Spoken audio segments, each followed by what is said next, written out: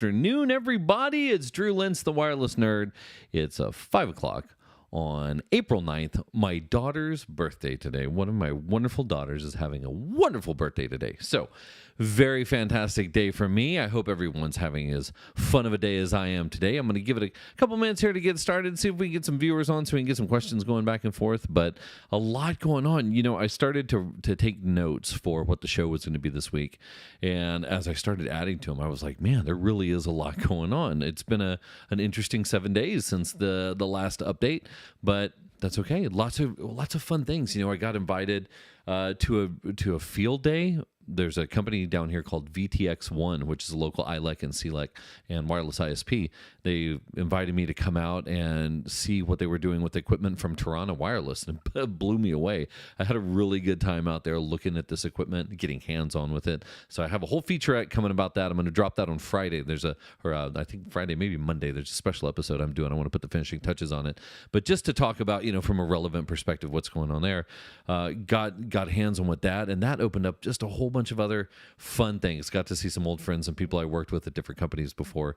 It was really good to see them. So excited about what that technology is bringing to the table, especially because of everything that's going on with ACP. And you know what? I think I'll start with that because I want to start and end with that, if you will. There's so much happening with ACP. The Affordable Connectivity Program, voucher program going away, that it's going to open up opportunity for some as it closes off opportunity for others. And what I mean by that is, you know, if there's nothing that's done, it doesn't look like there is anything that's going to be done. 25 million households, approximately 25 million households in the United States are going to lose access to their ACP vouchers. Now, what that means is this was a voucher program that was put in place after or during and after COVID, so that people who couldn't afford internet connectivity, sustainable, reliable internet connectivity at home, now had a voucher that they could apply for and receive, and that would go towards their internet service bill. And all these providers got behind it, and they said, we'll put together special packages at $30 a month so that the voucher exactly covers the amount needed in order for them to have connectivity. So that voucher program is going away. But what was interesting is in the course of it, we saw some pretty interesting things. We saw that mobile carriers and cell phone service, those could qualify for that voucher because they technically could provide a broadband service if they turned it into a hotspot and used it, or if they were using it on their phone. So we saw all these people who were using the ACP vouchers for mobile broadband service. Now, keep in mind, there was only one voucher per household. So if mom or dad got the phone, then no one at the home could use the internet access if mom and dad didn't have their phone there. So that was kind of a weird thing that was going on. But nevertheless, it's going to affect that industry pretty deeply, because once those vouchers go away, people are going to be asked to pay those bills. Now, what we've seen is with wireless internet service providers and other internet service providers, they've popped up and said, we're going to put together special programs with special rates specifically for the people that were ACP voucher users, and we're going to work with them to try and figure out some middle ground, which is really, really cool to hear.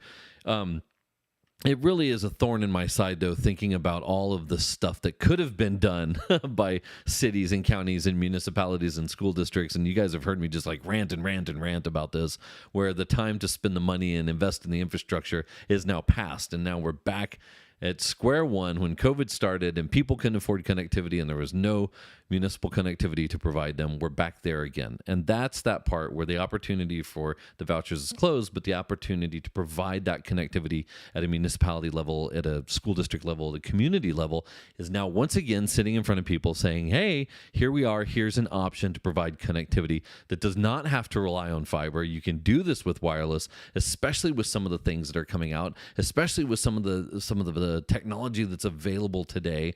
And we're going to talk about that today. First, you know, there's the stuff from Toronto that I saw. There's stuff that's out there with private LTE and private 5G that you can deploy as a service. So you don't even have to make the investments in the equipment. You can just make the investments as a service for your community.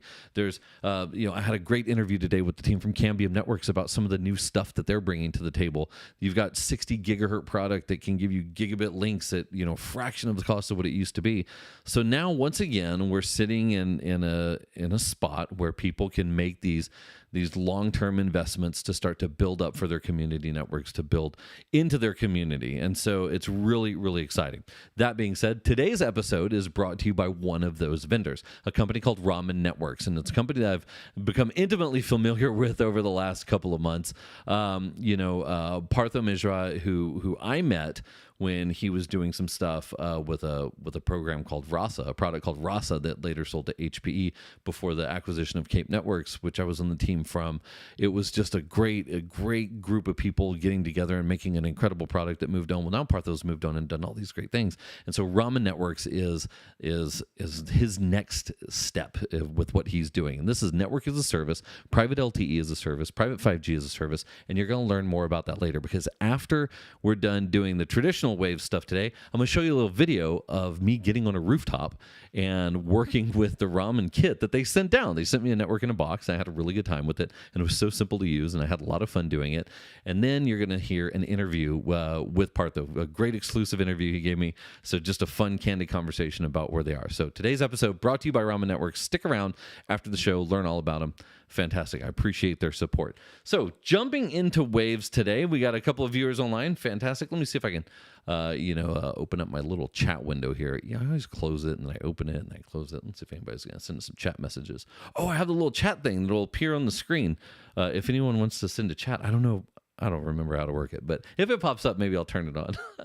Anyway, I appreciate all listeners out there. If you're new to Waves, I really, really appreciate you tuning in. Got a whole bunch of downloads in the last couple of weeks, so the podcast is doing real well. It's very healthy right now, and I appreciate all of the support. This is really fun to do. It keeps me on my toes with what's going on in the industry, but also gives me an opportunity to share, these things I'm passionate about. So, jumping into this, the first thing that came to mind is that Airspan is filing for Chapter 11 bankruptcy. And Airspan is a company that I've been following for quite a while. They've been around for quite a while. They even at one point owned Mimosa Networks, and then they slung out Mimosa Networks to Geo Networks, JIO. And so they just filed for Chapter 11 restructuring because they were a publicly traded company, and now they're sucking all that back in. They've got the support of 97.4 of their funded debt creditors. How do you get to 97.4? There's like 3 people holding out. Anyway, so they went public back in the day in 2021. They tried to, their nice symbol, their NYSE symbol was MIMO, which is pretty interesting. And their debt piled up, and so now they're getting back together. They're consolidating that debt. They're paying it off, and they're looking to raise $95 million to continue their operations. They're not going to stop operating. They're not going to stop their day-to-day operations. But Airspan is a special interest to me because I have a friend who's using their product, and that's the guys over at Infinity. And Infinity is using that Airspan product to deploy their neutral host CBRS system that they have out there, and it's great. And I hope, I don't think this is going to affect any of it. It shouldn't affect any of it, especially with them going private again. They've got some great opportunity, especially with what's going on with Infinity. But those two in my mind are tied together, and a lot because Airspan is what the carriers are comfortable with. So we'll see what happens. Maybe carriers will be more comfortable with other equipment out there, which will expand the product offering of someone like Infinity and some of these neutral host CBRS networks. But either way, Airspan is public and they're going private. So they filed for Chapter 11. Doesn't mean they're going away. Just means they're restructuring to come back even stronger. So that's pretty cool.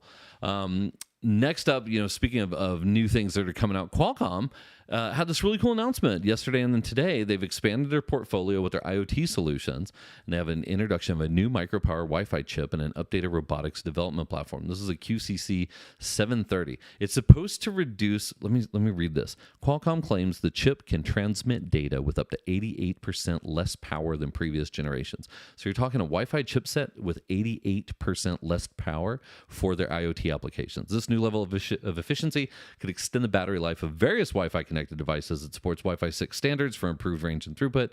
There's a lot of really neat things that they're doing. So way to go, Qualcomm. Instead of going bigger and bigger and bigger, they're like, hey, what can we do to I just had a little drop there. Whoa. Reconnection was successful. Sorry about that. Something died on me there for a second.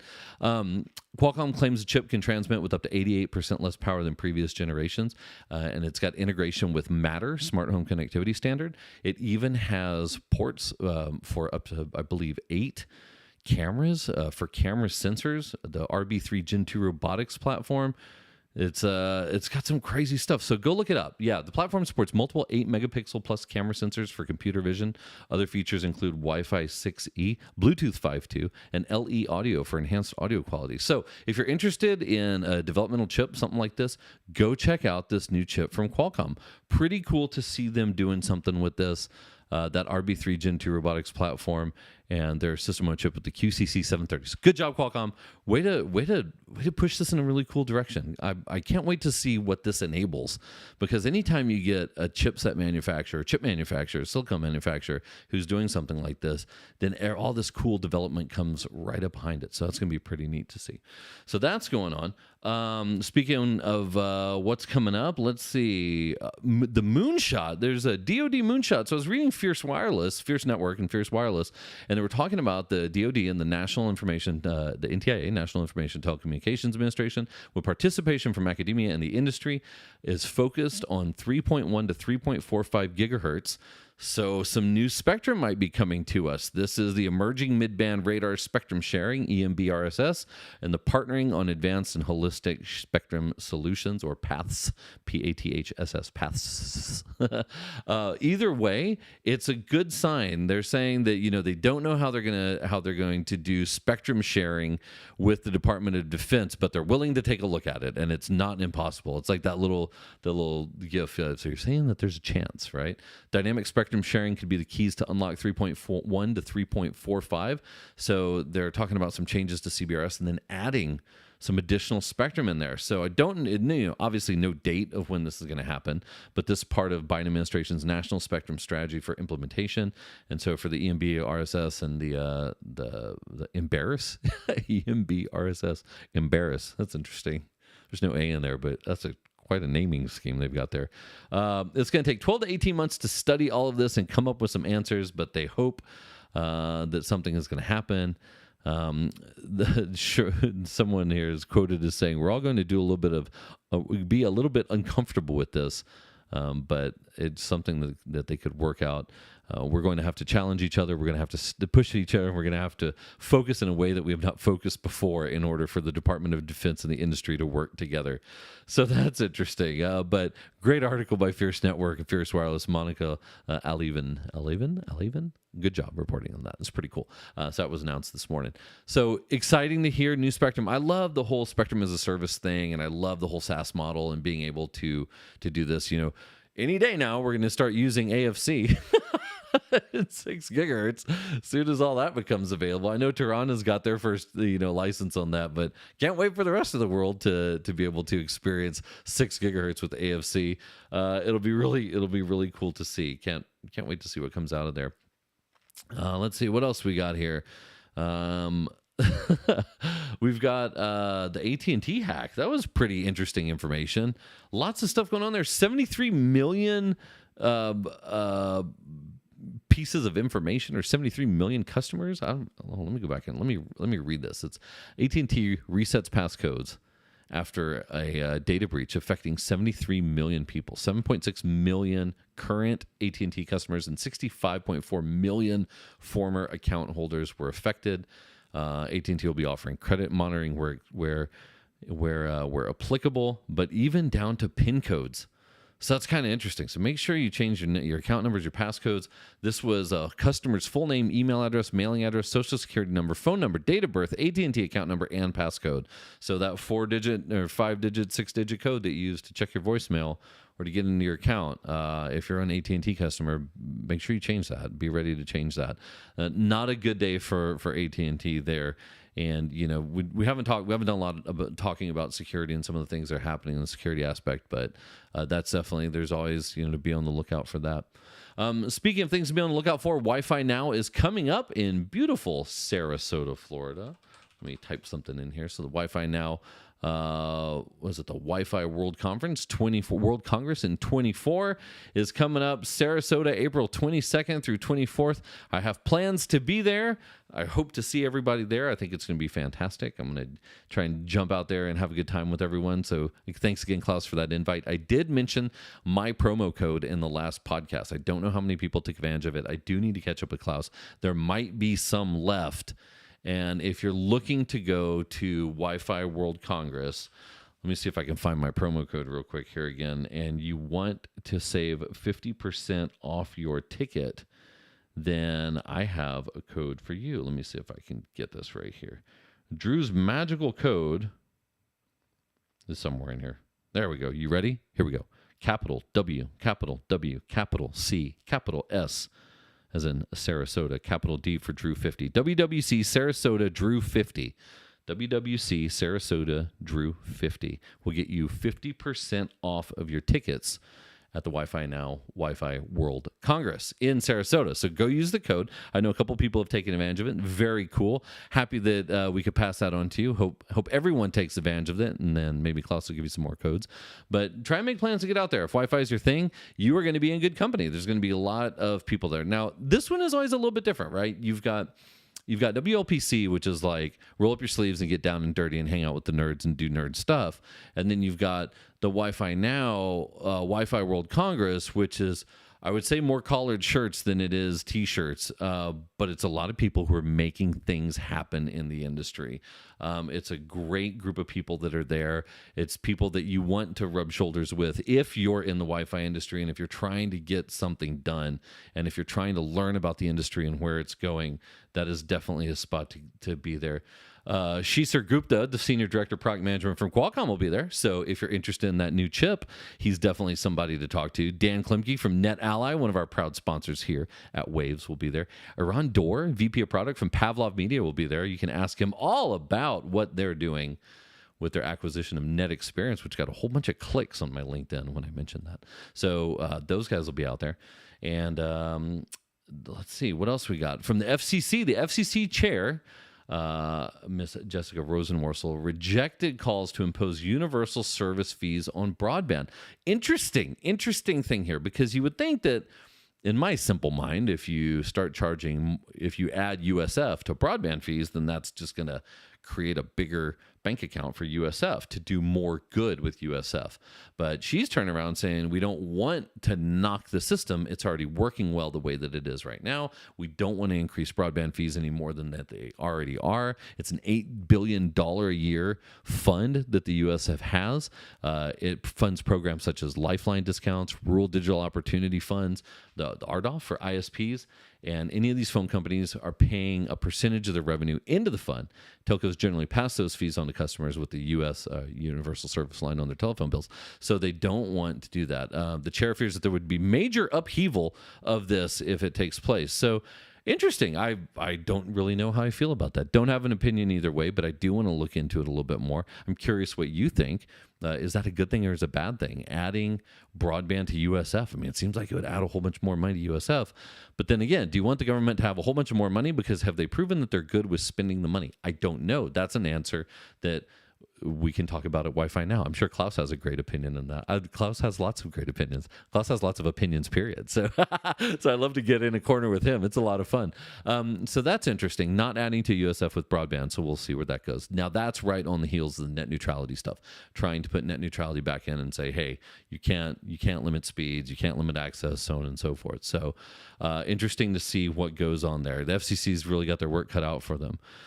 Now, moving on, Del Oro says that network as a service and campus network as a service, specifically CNaaS, these providers have emerged and they're expected to deliver a significant percentage of growth and innovation.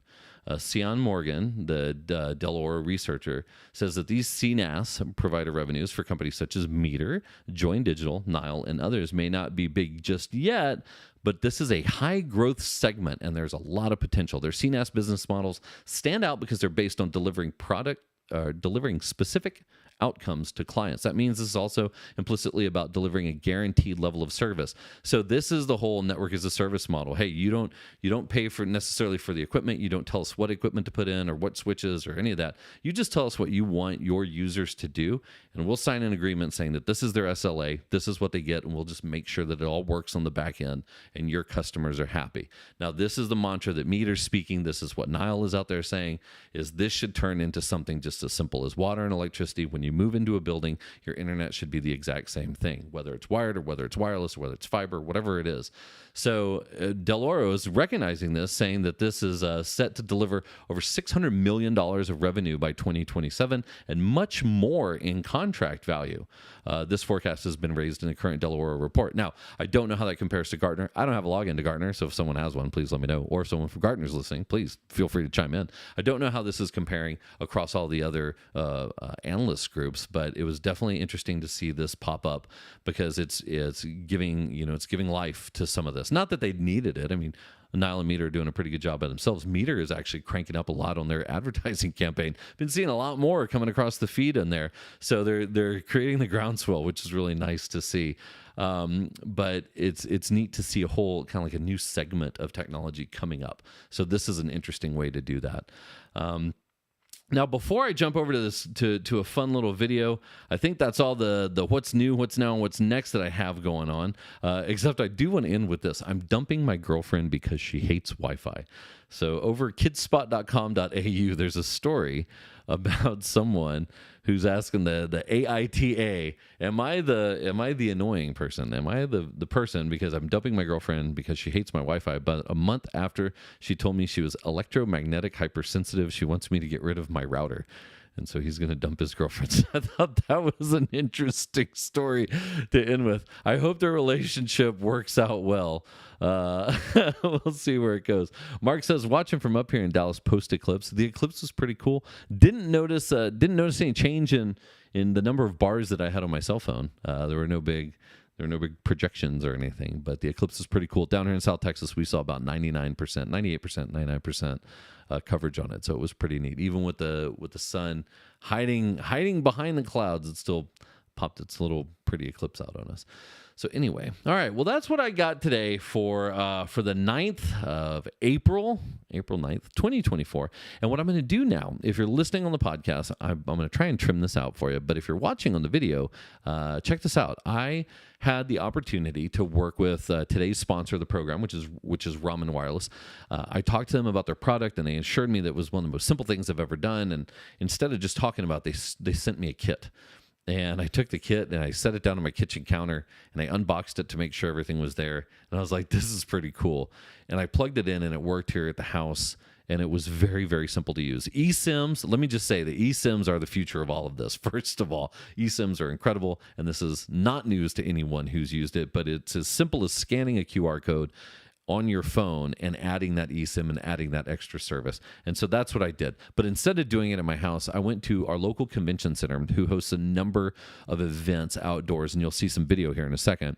And their big pain in the side is point of sale systems. So getting connectivity for point of sale systems for vendors that are out there when they have tens of thousands of people in their area is a little bit difficult, especially when the traditional carrier markets get saturated and there's not enough Wi-Fi to cover the whole area outside by this lake.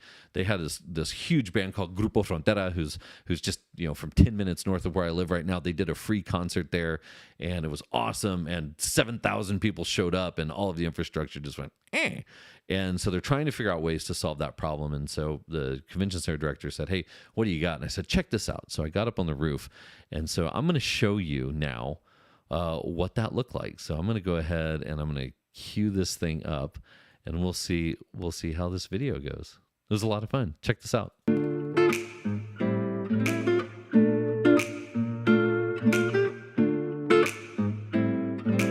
I might as well show you what I'm doing up here.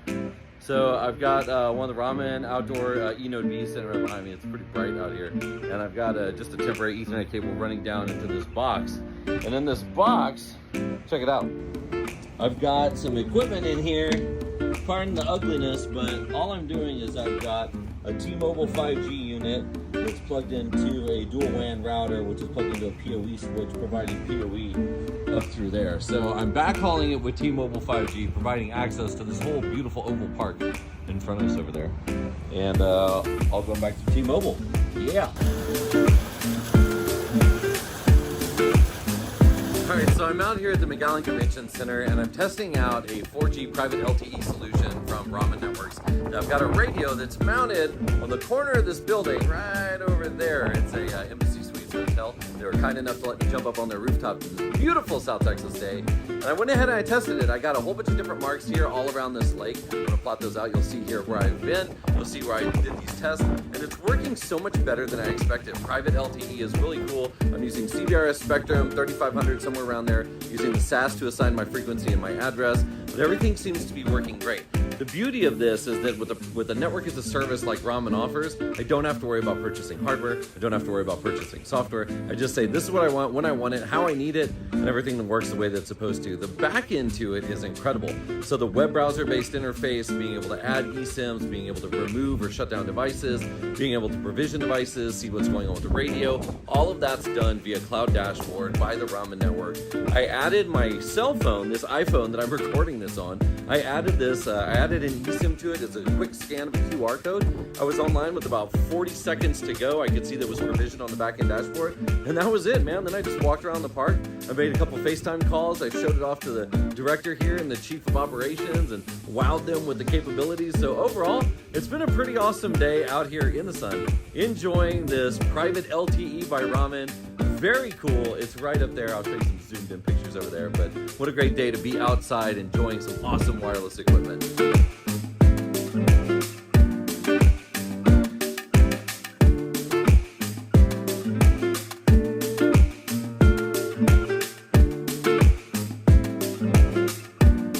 Well, that's it, man. The equipment is down. I'm ready to go. It's like, I don't even know how hot it is today, but it's pretty hot standing up here on this rooftop. You can see behind me that beautiful lake, that beautiful view of the McAllen Convention Center. Such a great site. Glad to be able to test this out. Hopefully this proves some solution. Definitely got a full day's work of working with private 5G and network as a service. Very cool. Shout out to Ramen Network. Thanks for the gear. This has been such a fun day. Appreciate it. I'll be posting some of the results online, so stay tuned. See ya.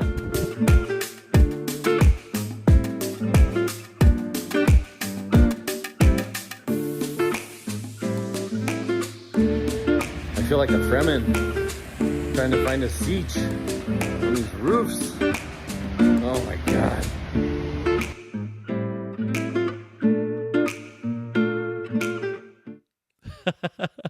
Well, that was awesome, man. I think the video worked the way that it was supposed to, so that's even cooler. That was a lot of fun. That's what you send me something.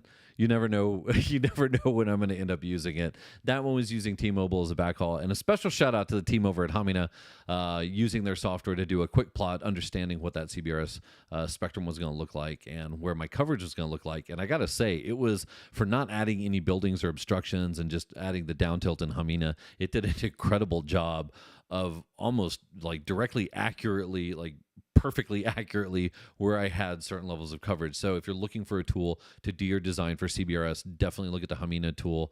What an incredible tool, all web-based. So that was a lot of fun. The guys at Ramen, thanks again to the team for shipping that out. Thanks again for sponsoring the episode.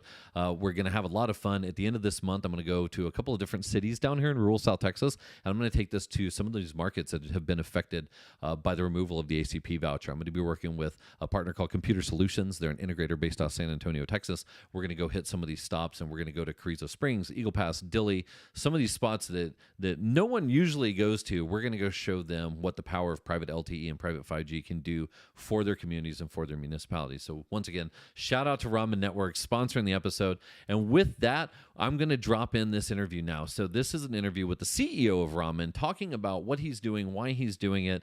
If you haven't seen one of my interviews before, please stick around for a second and check it out, because it's not your typical interview. It's just like this. I'm not sitting here asking hard-hitting questions. I mean, some of them might be, but it's more fun. It's more about you all getting to know the people that I know. That's what I'm trying to do. I want you to feel like you know who they are. Reach out to them if you need to. If you want to, contact me. I'll put you in touch with them. Anyone that's a friend of mine, I have no problem introducing. And so once they do an interview with me, I guess I consider them friends. Anyhow, so that's it for Waves on April 9th. I'm going to go ahead and roll this interview with Partho. I hope you have a wonderful week. Here you go. Hey everybody, it's Drew Lentz, the Wireless Nerd, and today I've got a good friend of mine, a mentor, if you will, someone who I've been following for a while, who I got to know, who's got a new project that they're having a lot of fun with in the private network world, in network as a service. So, Mr. Partho, would you please do me a favor and introduce yourself to anyone who may be listening to the Waves podcast? Hey, Drew, great to be with you. And let me introduce myself by saying I am a fellow wireless nerd. I love it. I love it. But I've been doing wireless stuff for a really long time. Drew and I were having this fun conversation about something esoteric called MMDS that we all worked on in the late 90s. We've been Oh doing this stuff for a man. while. But kind of more recently, a couple of colleagues of mine, and I have started a fun new venture called Ramen. And no, we are not cooking Japanese noodles. We're building some, interesting, useful technology that we think is going to transform the uncorporated enterprise. And kind of happy to chat more about this, Drew. Yeah, so your take on it is a little bit different. And first of all, your background lends itself to this. I know, recently you've got a really fun resume. You've got a lot of really neat stuff that you've done, things that you've worked on in the past, and bringing your touch to something like this is great. I know the team. I mean, your team's what a great team. Tell me a little bit about the team that you all have put together, and the purpose for bringing that specific team together with what you're trying to do. Yeah. So look, like you said, and I'll be a little careful about the bragging, but we have a really wonderful technology team.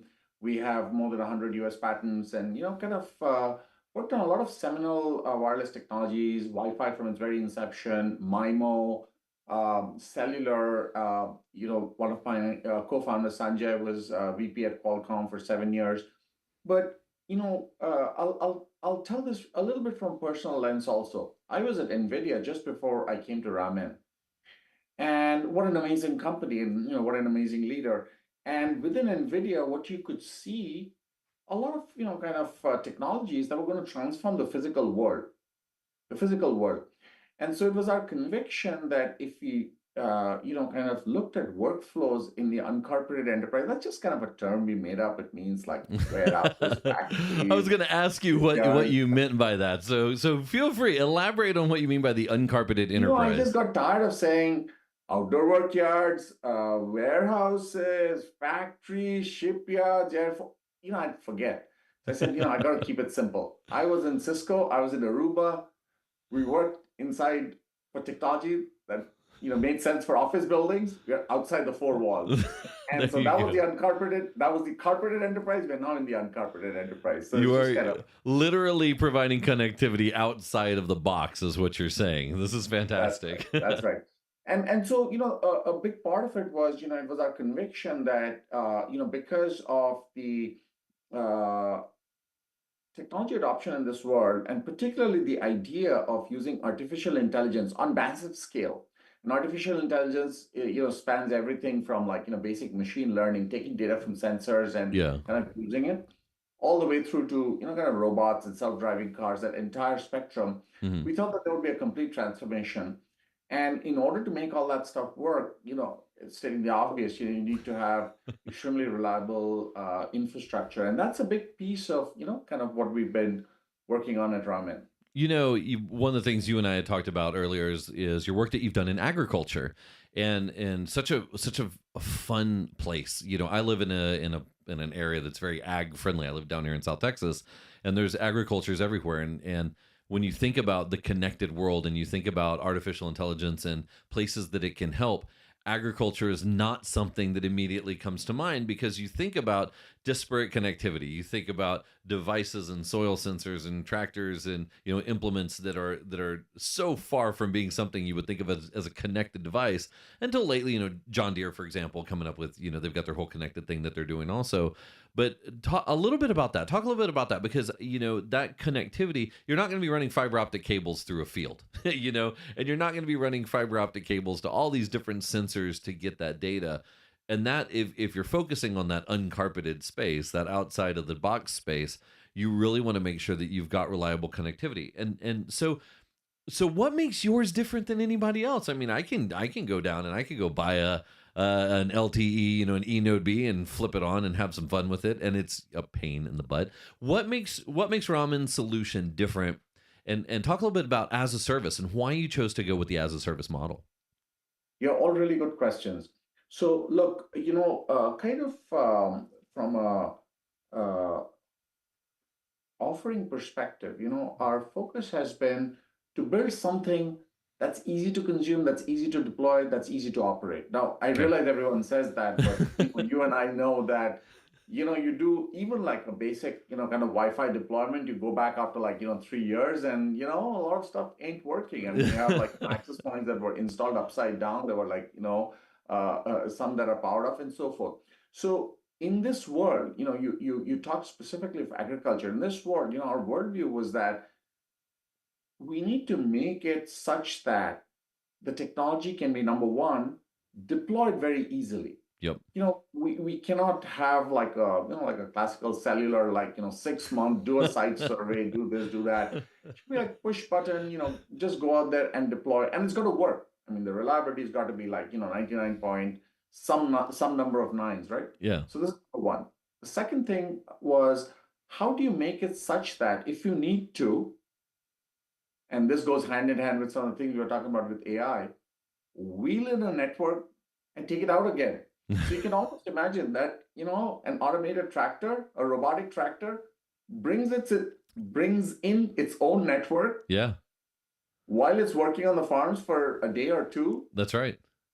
It makes use of the infrastructure, and then boom, it goes to another farm and the network follows it. Right? Yeah, and So that's I mean that hits home, right? I live in an area that's very citrus heavy. So you talk about it's not just monitoring the crop when the thing is growing, but it's how much infrastructure do you need when you're actually doing the picking? When there's people out there pulling oranges and grapefruit and lemons and things down from the trees, and what devices do they have to connect, to monitor, to observe, to to sort, to do all those other things. Yeah, I mean, wheeling the network out, it's got to be that easy. I hadn't thought about that. That's a great way to think about it.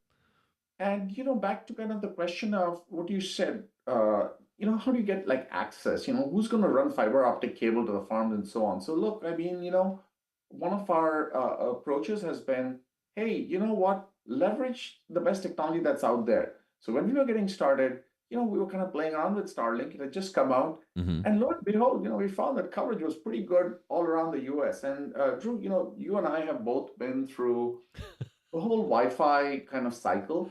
And to me, the reason why Wi-Fi was so special, so important, is it was based on licensed spectrum. Yep. And essentially anybody could go out and do stuff without having to ask for permission. That's right. Absolutely. To me, this was the big thing. And now that's possible outdoors. That's possible in these, kind of uncarpeted enterprise areas. One of my friends likes to, kind of use the term ubiquitous internets. He goes like, hey, I can do like forest fire detection in the middle of in the middle of like the Sierra Nevada. And so back to farms for a moment, what we are able to do is, unlike a classical AT&T or a Verizon model where there's got to be like, 5,000 people living in an area, 10,000, for it to make economic sense to provide cellular coverage, we've appended that entire economic model. You can, just like with Wi-Fi, deploy service, extremely simply, very cost effectively, and yet at the same time, there's reliability. So for the services that require reliability, it's available when it's required. Yep. And, for everything else, for which Wi-Fi works, or for which some other technology like LoRaWAN works, use that. And I have to say, I am jaded I am biased on my opinion of your equipment, because you all shipped me a network in a box. I was out of town. I showed up. It was here on a Saturday. Appreciate the Saturday delivery. Took, up comes Monday, flipped it open on my kitchen counter. And the hardest part, I think, was waiting for Starlink to acquire a signal, right? I think that was the most difficult part of the whole thing, was being patient. But you all really did, and this is not a sales pitch, right? You all really did all of the back end work to make sure that it worked exactly the way that it was supposed to. And then I took it and I threw it all back in a box, and I went on top of the rooftop of my local chamber of commerce, and I drove tests to see if it could cover the food truck park and the park where they have a lot of concerts afterwards. And then I was like, why not? I went to an Embassy Suites hotel that a buddy of mine has, and jumped up on the roof, and I lit up the entire outside area of a convention center and did drive testing with it. And the worst part about it was walking on the roof in 95-degree temperature. That was like the worst part. But it really did just work the way that it was supposed to. And you and I had this conversation about making it that simple, saying, hey, here's you need it to cover X amount of people. You need a network to cover 40 vendors running point of sale at an event that's happening outside a convention center. You need 200, 300 point of sale devices at a concert, along with video cameras and secure communications between festival organizers. This is something that, as a service, this is what you all are doing. You're saying, hey, you tell us what you need, how big you need to scale it. We're going to ship you the gear. We put the gear out in place. It does what it's supposed to do. Put it in a box and ship it back. That's one of the models that you and I talked about. May not be the model that you work with forever, but that was something where it was like, it really should be that easy to take advantage of this technology. And you all are leveraging, for clarity, you guys are leveraging that CBRS spectrum. The spectrum is a service, so there is a little bit of tuning that you got to do to it to make sure it's signed in FCC and all that other good stuff. But we're entering this era where you all have put this together in an easy to use, easy to consume fashion for the people that need this type of communication. So like I said, I am biased because I've seen it work. and it's awesome. And now, I'm trying to figure out, well, where do I go next? I'm going to take it down to the golf course and see if I can track some golf carts doing stuff. But what markets and what industries do you think are primed to take advantage of network as a service, particularly private LTE or private 5G network as a service? Is there anything that stands out to you? Well, we think that, well, look, as a company, we're focused on, kind of mid-market enterprises where they have the need, but, perhaps not the kind of depth of IT talent that's required to Yep. deploy on this type of complex technology. Because But it I was, think yeah, I mean, yeah, to totally interrupt you. I mean, that was, I remember, you talked about MMDS and WiMAX and all that other stuff. But when you started to follow that 3GPP route and you started to go LTE and, TD-CDMA and CDMA and all, it was like, that's a whole different, that's not Wi-Fi. That is a whole different beast. And if you're not comfortable with it, that's like, you can't, those aren't even apples to apples. Those are apples to filet mignons. Like, you can't even compare the two. And you've simplified that. So yeah, totally to interrupt you, finding the group, you were saying that you were finding the groups of people that can take advantage of it but don't have that either depth of knowledge or don't have that the ability to jump that learning curve easily. So I'll let you continue. exactly. Sorry, had to interrupt because you're Exactly. totally And right. and so, kind of food processing, the whole food processing industry and farming is kind of, one example. There's a lot of deployments that we've done in warehouses, kind of across the board. Hmm. But we've also done, kind of fun deployments. We've done deployments in marinas, we've done deployments in campgrounds, we've done deployments in golf courses. We have like a couple of offers to do deployments on ski slopes. And, it's not just for internet connectivity. A lot of it has to do with, when I say internet connectivity, I mean, it's not just for people to browse the web Getting while they're online. skiing, right? Yeah. It's for skier safety, or it's for kind of cameras that can kind of keep an eye on a golf course and make sure that you don't have someone come and tear up like Yeah. airways and cause like tons of damage. So there's kind of practical kind of use cases there. But I just wanted to go back for a moment Yeah. also, and you know for me, the lesson learned in the Wi-Fi world and what made Wi-Fi so successful is 40 billion, 50 billion Hmm. endpoints. One was unlicensed spectrum. But the second is, if you look at the community of people that deploy Wi-Fi, it's huge. Yeah. And you didn't have to go through like a particular certification program or do this or do that. In the same way, what we think is going to happen, and this is kind of where our technology innovation is focused. We are trying to put our technology in the hands of VARs, in the hands of channel partners Hmm.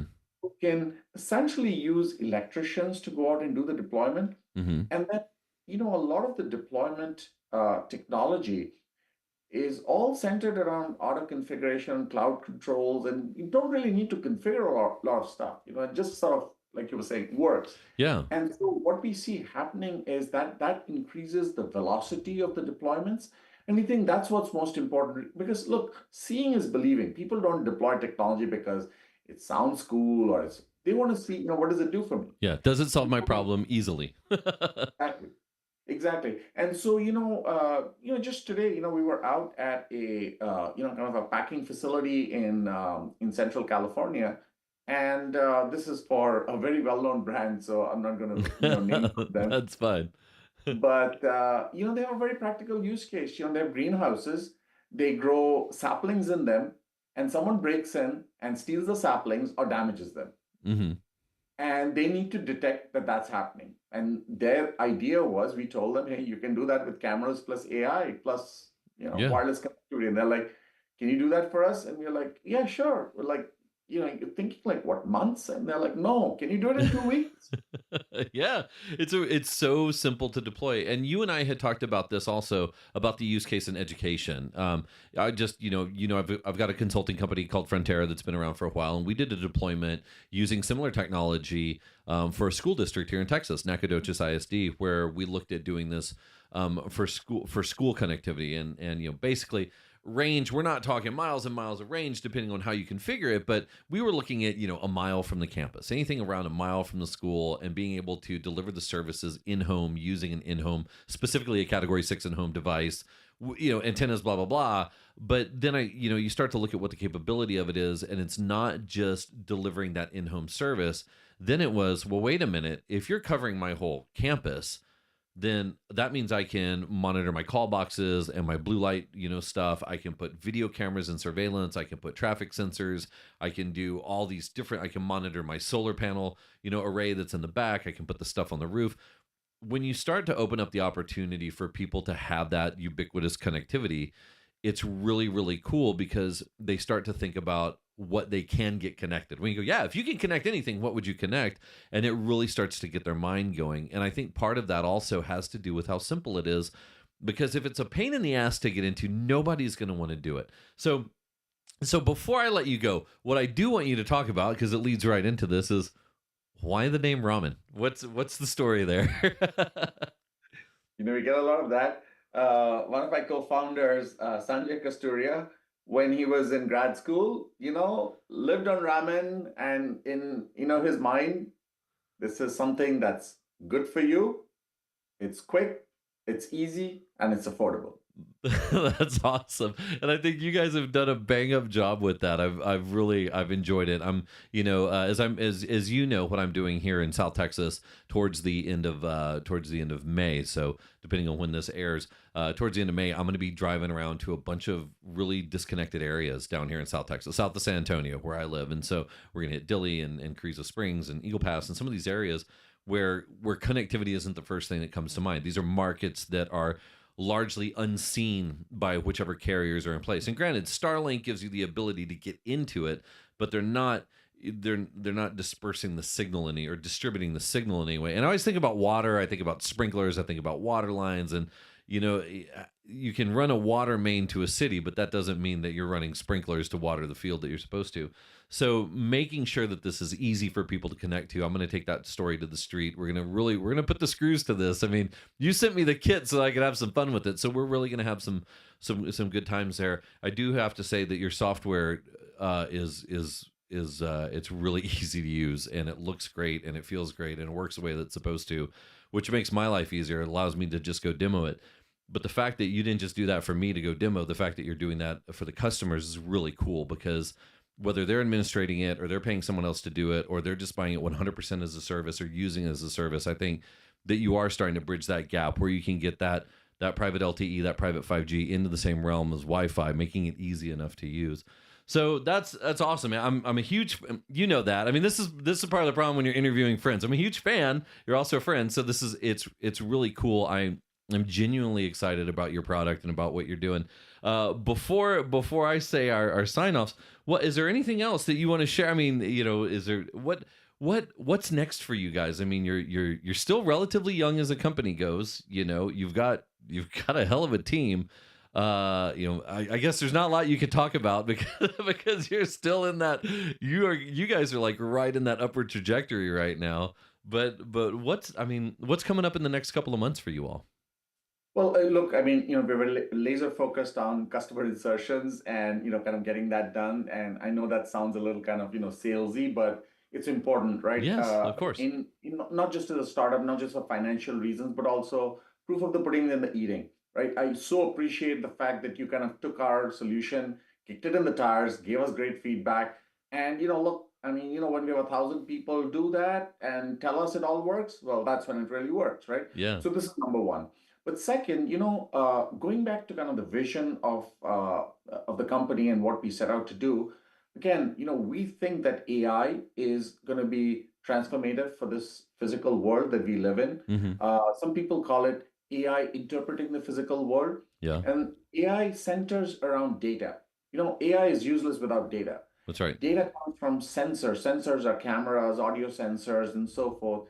And what we are building is, kind of the infrastructure to collect all that data, to process it in real time, and then to kind of, essentially turn it around. And there's lots of cool use cases and, kind of applications that you'll see begin to roll out in the course of not the next 2 months, but in the course of the next 2 to 3 years. Some of them we're deploying Yeah. at customers as we speak. And here's a really simple one. At one of our customers, today they have people stand by, and they have these automated lines, Uh-huh. and if a line stops, they have to have a human being go out and reset the line. And we've just automated that entire process using cameras and AI. That's So awesome. these are some of the practical things that we're working on. But look, I also want to kind of say thank you, Drew. I mean, it's been kind of great knowing you, and kind of a lot of the wireless kind of grew over the last 15, 20 years. And, I really admire what you've been able to do in terms of, kind of proliferate wireless access and, onward and upward, as they say. Well, that's what Let's we're do here more of for, it. man. We're in industry advocates, and so what I would do is, I know there's probably people that have listened to this and said, I could totally use that.